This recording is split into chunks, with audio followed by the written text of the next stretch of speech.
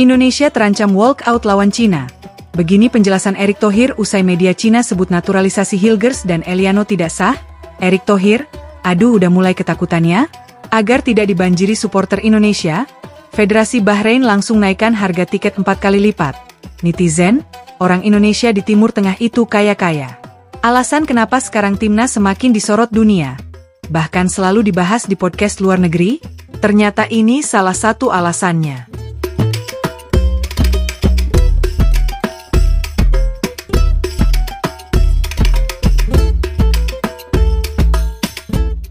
Baru-baru ini, Timnas Indonesia diterpa isu tak sedap tentang status dari kedua pemain naturalisasi keturunan Maes Hilger dan Eliano Reinders. Pasalnya, seusai melakukan sumpah WNI pada 30 September kemarin, proses perpindahan federasi dari kedua pemain pun langsung rampung dalam kurun waktu 3 hari kemudian. Tanggal 3 Oktober kemarin, Maes Hilger dan Eliano Reinders secara sah telah diakui oleh FIFA sebagai pemain Indonesia. Berikut juga dengan dokumen kelengkapan perpindahan federasinya yang sudah clear. Hal itu membuat Shin Tae-yong memang langsung memanggil kedua pemain tersebut dan akan dimainkan di 2 laga tandang melawan Bahrain dan Cina. Perpindahan federasi dari Hilgers dan Eliano langsung disampaikan oleh Erick Thohir pada Kamis tanggal 3 Oktober kemarin. Hal itu sekaligus menguatkan kalau segala syarat-syarat kedua pemain untuk tampil membela timnas sudah clear. Hilgers dan Reinders resmi pindah federasi. Meski demikian, jangan anggap ketika lawan Australia atau Jepang dan tim lain, timnas kita langsung diposisikan sebagai lawan yang seimbang. Karena kita underdog, maka target saya dengan hadirnya Maes dan Eliano, kita harus meraih poin saat pertandingan tandang di Bahrain dan Cina nanti, ucap Erick Thohir. Mendengar kabar singkatnya proses naturalisasi Hilgers dan Eliano kemarin, media Cina pun langsung menyoroti hal tersebut yang menurut mereka sangat aneh. Karena dengan waktu yang cuma 8 hari, proses dari kedua pemain tersebut langsung selesai dan bisa bermain. Sehingga muncul asumsi bahwa proses yang dilakukan PSSI adalah hal yang ilegal dan belum valid.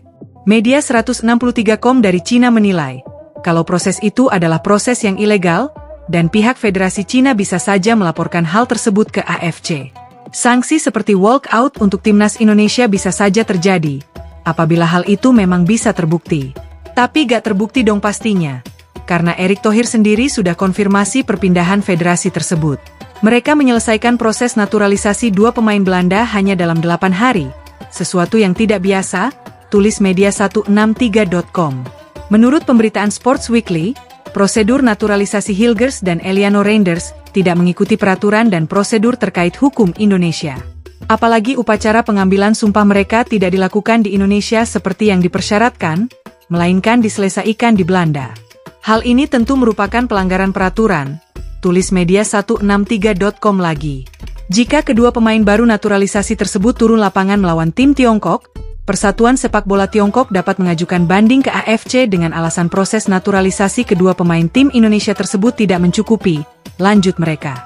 Sesuai peraturan Konfederasi Sepak Bola Asia terkait, pertandingan ini akan dianggap sebagai kemenangan 3-0 untuk tim Tiongkok, tulis mereka lagi. Mendengar laporan media Cina 163.com tersebut, Erick Thohir langsung menyambut itu dengan senyuman. Menurutnya, Cina berhak mengajukan banding ke AFC atau FIFA jika memang merasa ada yang janggal. Namun Erick Thohir sendiri mengatakan, kalau semua proses yang sudah dilakukan oleh PSSI sudah sesuai aturan. Menurutnya Cina hanya mencari alasan saja dengan ketakutan yang mulai mereka rasakan menjelang lawan Indonesia.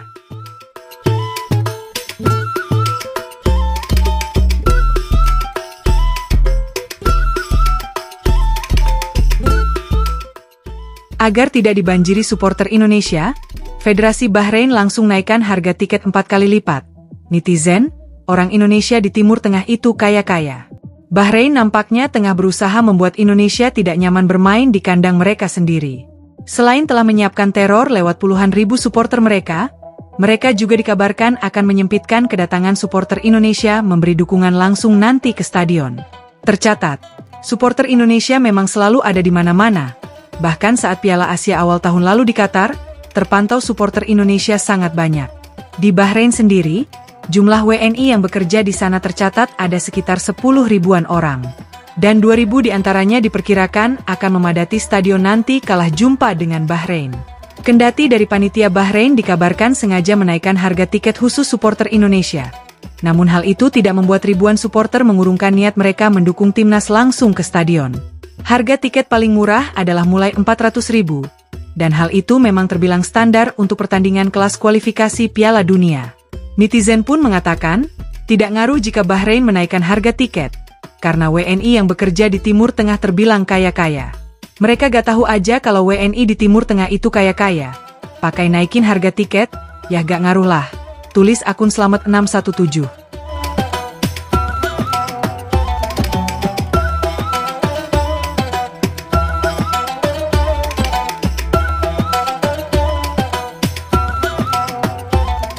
Alasan kenapa sekarang timnas semakin disorot dunia, bahkan selalu dibahas di podcast luar negeri, ternyata ini salah satu alasannya. Tidak dapat dipungkiri saat ini, kalau nama timnas Indonesia sangat sering dibahas di mana-mana, bahkan di penjuru dunia. Walaupun beberapa manusia di dalam negeri sangat tidak ingin timnas berkembang, namun di luar negeri banyak apresiasi yang didapat oleh anak asuh Shin Tae-yong. Berkat performa apik dan peningkatan signifikan dalam waktu singkat, timnas yang awalnya dipandang sebelah mata di round 3, sekarang berubah menjadi kekuatan yang menakutkan. Hal itu jelas tidak lepas dari beberapa pemain keturunan Indonesia yang bergabung, dan status mereka di kompetisi Eropa juga bukan pemain jelek, melainkan beberapa dari pemain itu berstatus grade A. Sebut saja Maes Hilgers, Jai Itzes, Tom Haye, Kelvin Verdong, Sandy Walsh dan lainnya. Selain itu, performa apik timnas di Piala Asia kemarin juga jadi awal di mana Indonesia disorot dunia. Salah satu pundit asal Amerika melalui kanal YouTube-nya The Give and Go, sempat menganggap timnas Indonesia saat di Piala Asia sebagai tim lemah, bocah tiktokers dan tidak ada harapan lolos. Namun setelah Indonesia lolos ke 16 besar saat itu, mereka seolah langsung terbungkam. Hingga saat ini mereka selalu membicarakan Indonesia dengan menyanjung dan memuji perkembangan timnas Indonesia. Pertahanan Indonesia benar-benar mengesankan. Mereka mampu menahan serangan demi serangan Australia dan membuat lawan frustrasi, ucap Soltero. Yang saya harapkan dari Indonesia adalah mereka belajar menyesuaikan permainan dengan lawan. Melawan tim yang lebih kuat, Indonesia harus lebih sabar dalam penguasaan bola, ucapnya lagi.